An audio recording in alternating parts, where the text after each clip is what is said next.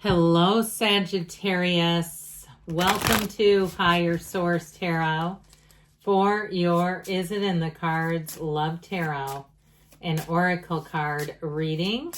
We are going to start here right away with a wonderful festive oracle. I've been really enjoying these. Mother Mary, okay? You have the card of Mother Mary. Into the arms of a mothering embrace swells a wisdom full of grace. In thy bosom where she whispers sleeps the eye of winter. Okay, so there's something about this in terms of finding comfort in love, finding a partner who's warm. She reminds me a lot of the Empress. Okay, so finding somebody who will love you unconditionally, love you with their whole heart. They won't negate your hopes and dreams. They'll lift you up. They'll believe in you. All right, let's see what the tarot can tell you. And by the way, happy birthday to anyone who is celebrating. I absolutely adore you.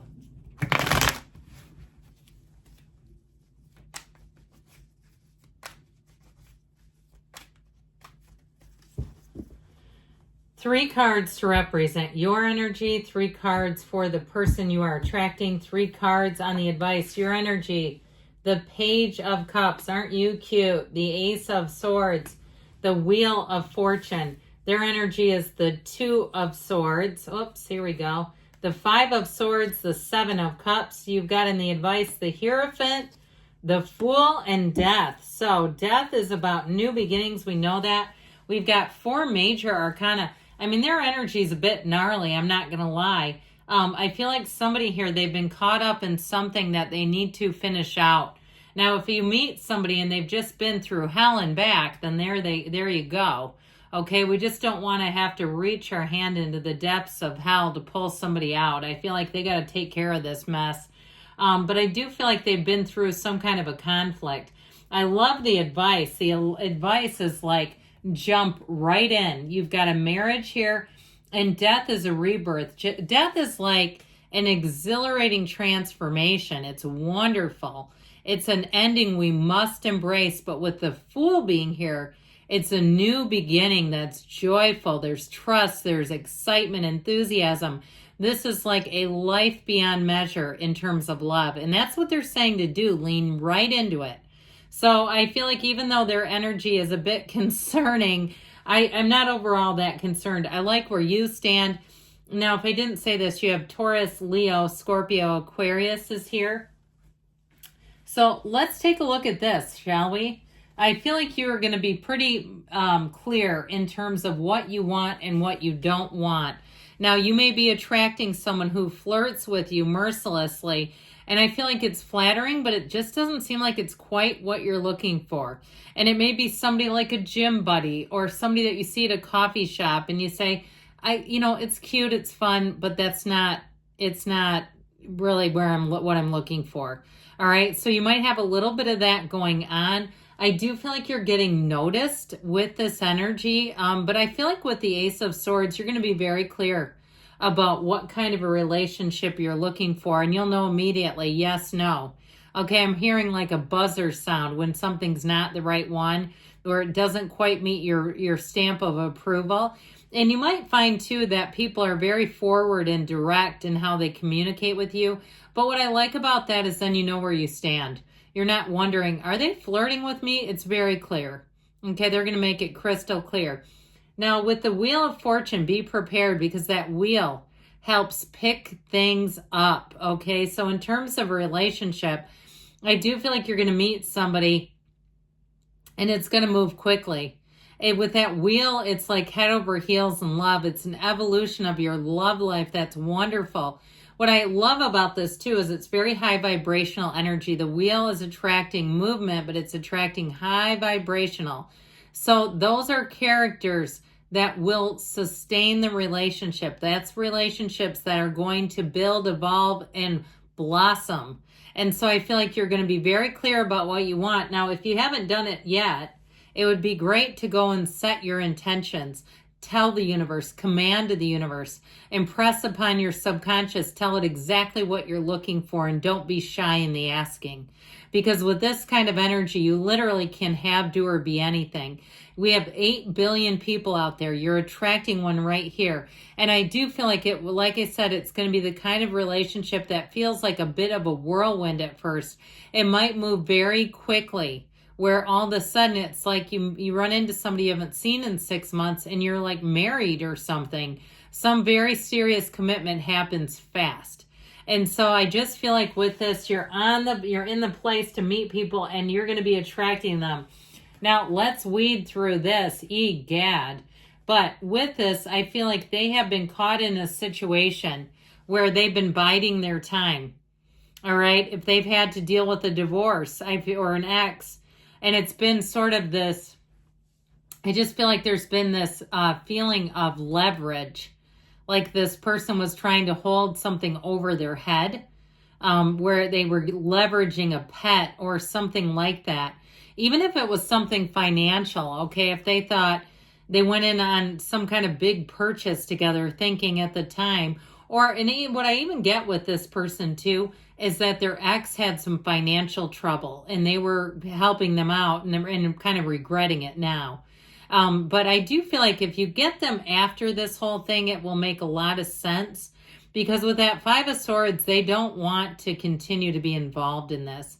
The 2 of Swords, like I said, it feels almost like they were pinned into a corner and that they've found their way out. They've guided their way out. They may have given up a lot to get away from this person. All right. Where some people would say, I wouldn't do that. And you'd say, you don't know them. You would do it if you were me. Because with that 5 of Swords, they want absolutely nothing to do with it. And where I think this will be a positive is exactly that. They're not carrying baggage. It's like they even recognize that holding on to anything that involves that person is the absolute last thing they want to do. They don't want the person showing up at their house going, do you have my birth certificate? Did I leave my favorite coffee mug? They will have their place totally devoid or void of any contents, remnants of any old relationship. Now, if it has something to do with money too, that's been an issue where they perhaps had some kind of a job situation where they were really leading the charge and it was absolutely draining for them. That may also have caused them to not be looking at all. Like I just feel like their attention was consumed with something, or even if it was a parent that they had to take care of who was ill, I feel like something had a hold of them and they felt blocked and trapped and not in a place at all to meet somebody. So I feel like whoever this is, they will not be trapped. They will not get into anything until they are completely on flat ground. With that 7 of Cups, there's an energy of taking the rose-colored glasses off. And so I feel like they almost had the rose-colored glasses ripped off of them.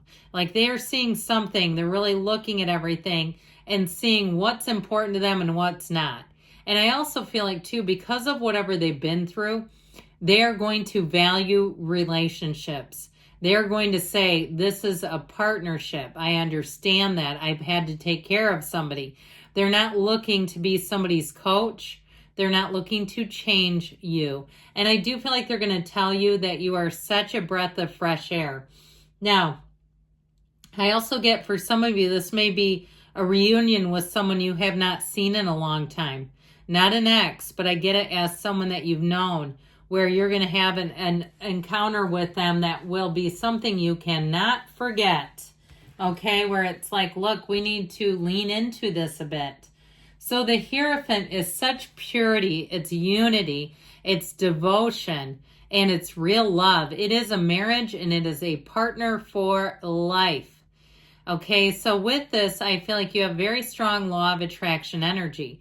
So be in the place of purity, like we were talking about, having your energy pure, your mind clear, thinking about what you really deeply desire in a partner. What are your favorite things to do?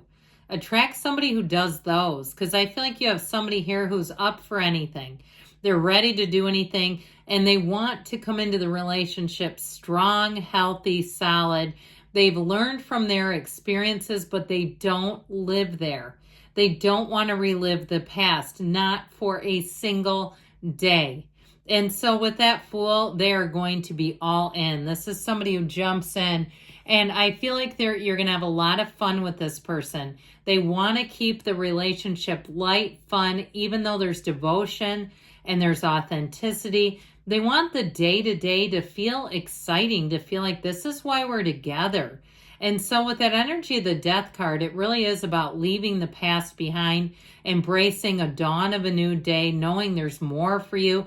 If you are in a dark place, know that the sun will rise in your life again. It's always darkest before the dawn, but you've got real love here. I mean, there's hardship, yes, but there's real love here too. So yes, it is in the cards.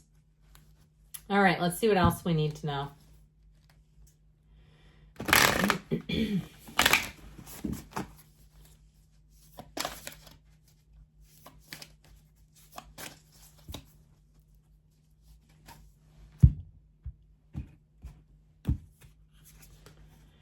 Turn on your heart light, okay? Remember that one, Neil Diamond? You go into a place and that song is playing, know you're getting that much closer to love. That is a synchronicity.